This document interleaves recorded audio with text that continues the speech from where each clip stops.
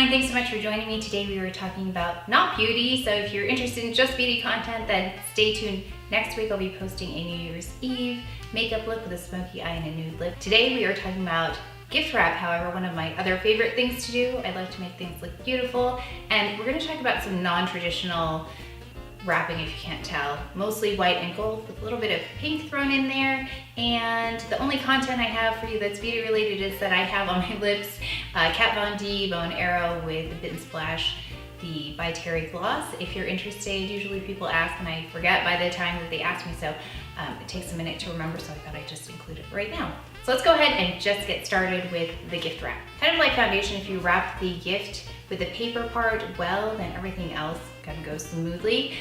But it's not my favorite part to do. It's kind of arduous. I was actually looking for some really nice white gift wrap paper, but it was hard to find, so I just used this. I'll have to put the type of paper it is, but I found it at a craft store. It comes in a roll like this. It's kind of like butcher paper is what it feels like. I like how it's matte though, because I know most of the gift wrapping is glossy. So I pre-wrapped some of these in just the plain white, and I'll show you what I did with some of the gold ones. But I like to fold over the crease here and then use double-sided tape. And I'm gonna take my camera here and show you a little close-up. I'm trying to do a two-camera thing here. So here's the cutaway. You can see that I folded over the end and it's double-sided tape. Then for the gold, you see there's a pattern here, and I also have it on this paper here. You can see an abstract, very random pattern on here. I did this myself using paint, spray paint. I used the Color Master Brushed Metallic in Champagne Nouveau, a satin finish. And I'm gonna cut away to a clip of what I did earlier with this.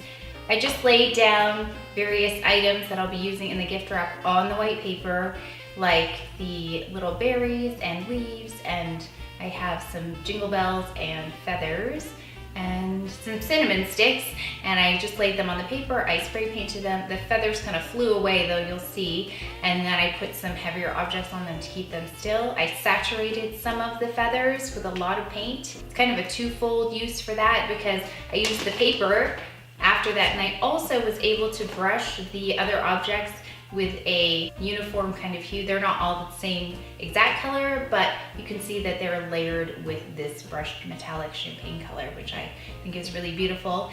And I really tried to stay away from glitter because I personally don't love glitter because it ends up everywhere and it's there for years and years and years. These are the items after they were spray painted. So they're kind of glossy white on one side and then they've got the paint on the other side.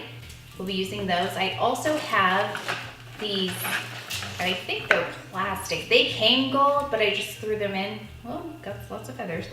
They came gold, but I just threw them in with the rest just to make a nice pattern on the paper. When I look for materials, I'm looking for things that stand out on their own as quality pieces, and then I like to just mix it up with texture and length. This came in a long, where's the original? This came in this very long twig situation. It came white, so I just broke off the pieces in lengths that I thought I would use. Here they are, all the twigs that I used. I've got those together. Here are the jingle bells. And then I've got the cinnamon sticks. They're kind of really brown compared to the other colors I want to use, so I think that mutes it down really nicely. But you can still tell that they're cinnamon sticks, they're not painted all the way. Some of the feathers are totally saturated, like this one's kind of, yeah, super saturated with paint, and then some just have paint on the edges. And then some I actually left white in case I wanted to throw some white in there. I picked up these pine cone ornaments. I wanted to put some ornaments on there, but it was hard to find some that were either that champagne color or white, and these were one of the few white ones.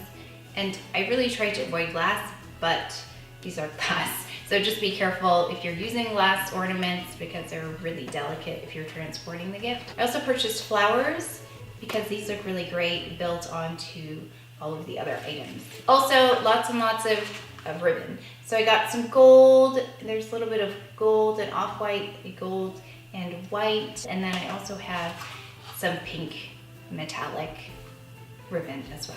I got some twine in case you want to make it more rustic. I can show you how to do that. And I don't have any planned per se, which is what I like about this process. Yeah, let's just start with the largest one, and I'm going to take the biggest ribbon, the widest ribbon, which is this gold one. I also have a glue gun standing by in case I need it. Sometimes it's easier just to glue things than to twine them together or tie them together. I'm taking the gold. Oh, this is pretty. I didn't realize it has kind of a, it has a different ribbon on the other side as well. It's got like a tannish ribbon.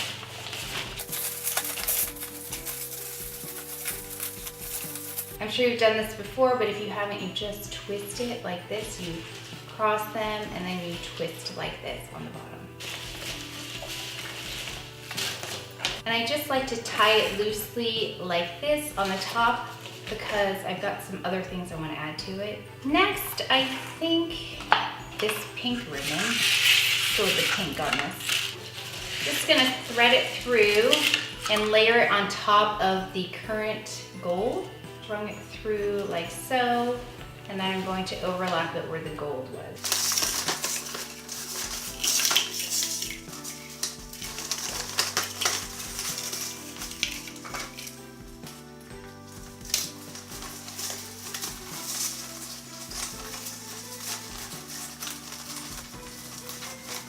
At this point I can make a bow on top of this, but I'm going to now add many of the elements that you see right here. I'm going to use the cord here, the white and gold cord. I don't have anything planned.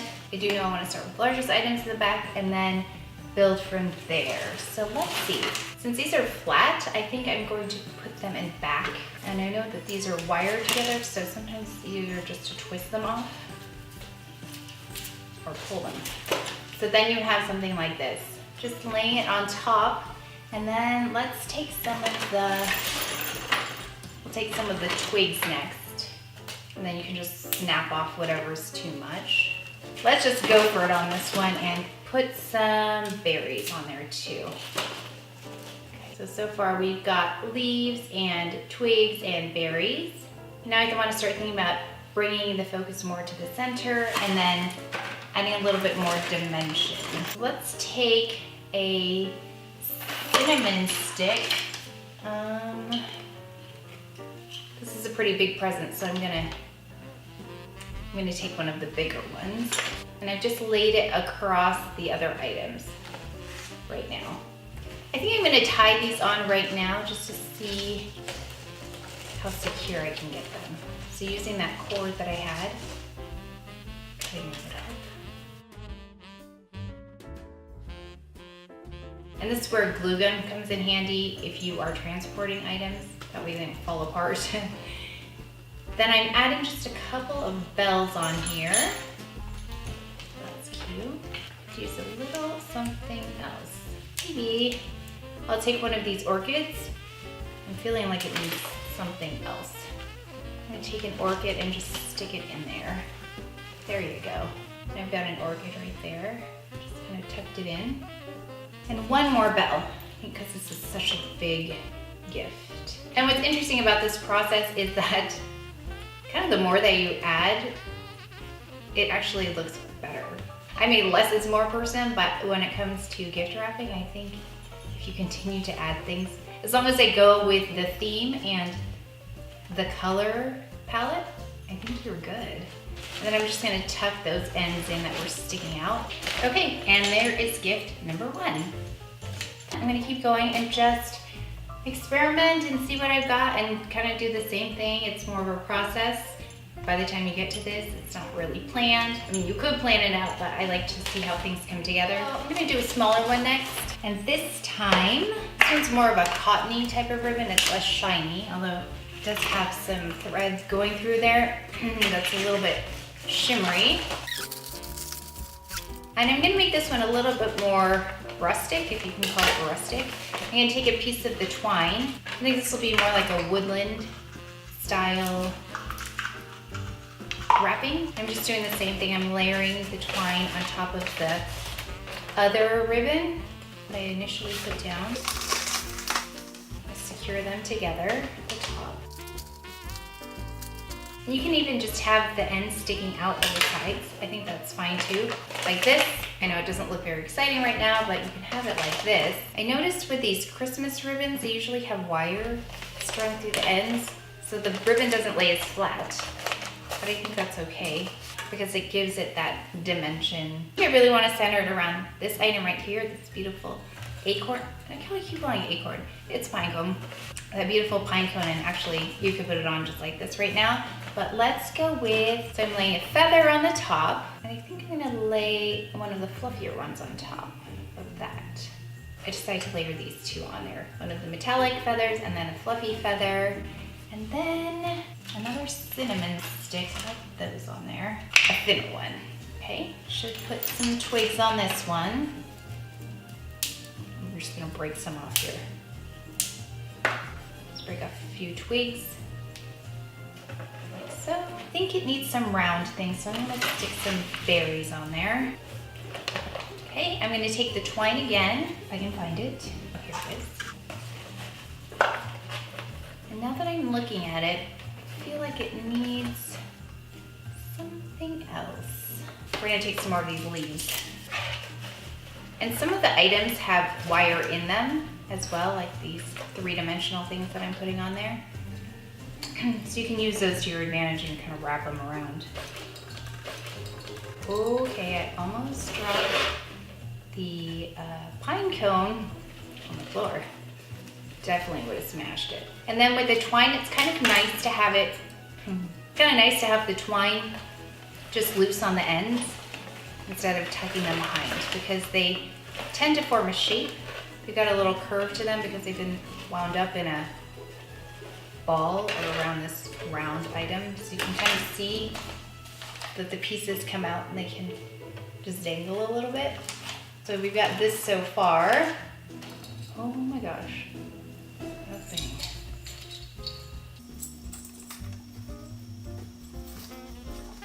And they can be uneven lengths as well. I think things need to be adjusted. Like there's kind of a big bare spot here where you see all of the twigs and berries coming together.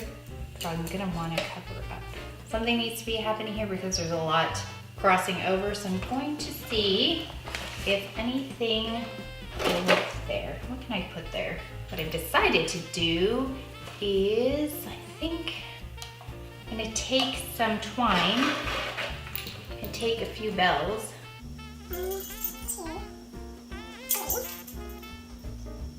So I've just tied them together like this, and then I'm going to set them down right on that empty patch where it looks a little bit bald. And you can see right there, it's kind of solved the issue and covered that area up. So I think I'm good. I'm good with this one too. Then I'm gonna go ahead and do the other two, and I'll come back and show you what I've come up with. I finished the other two, and I wanted to keep this one more simple because it has the paint on the paper. And I just added some berries and leaves and a bow, but then it didn't originally have the bells on it. So the danger, it's not danger, but one of the things that can happen with this, because it's white, gold, and this champagne or pinky color, is that it can look wedding really quickly. So if you add something that reminds you that it's Christmas, then you can kind of get away with it and make it more a Christmas gift than a wedding gift. Then with this one, I had just the flower with the berries originally, and then realized it did look like a wedding gift, so I added the cinnamon stick. Reminds you that it's Christmas, so I think that really helped it, but keeps it simple at the same time. I'll try and take a picture of these all together. It's a little bit hard to see from your vantage point just because of the angle, but I'll take a picture of it, and then I'll show you what they look like under the tree once it arrives. We have a white tree coming, and it's very different than what we usually have, and I think these will complement it really nicely. So if you want to give this a try, I'd love to see what you come up with. Please tag me on Instagram at everydayeditxo. I'll post these on Instagram as well if you'd like to see another picture of them. And I'm happy with the way they came out. So if you enjoyed this video, if you learned something or want to give this a try, please give it a thumbs up, subscribe, and I'll see you next time. Thanks! Kinds of things, and just, I have lots of junk around here, don't I? Where is the touchpad? Hello?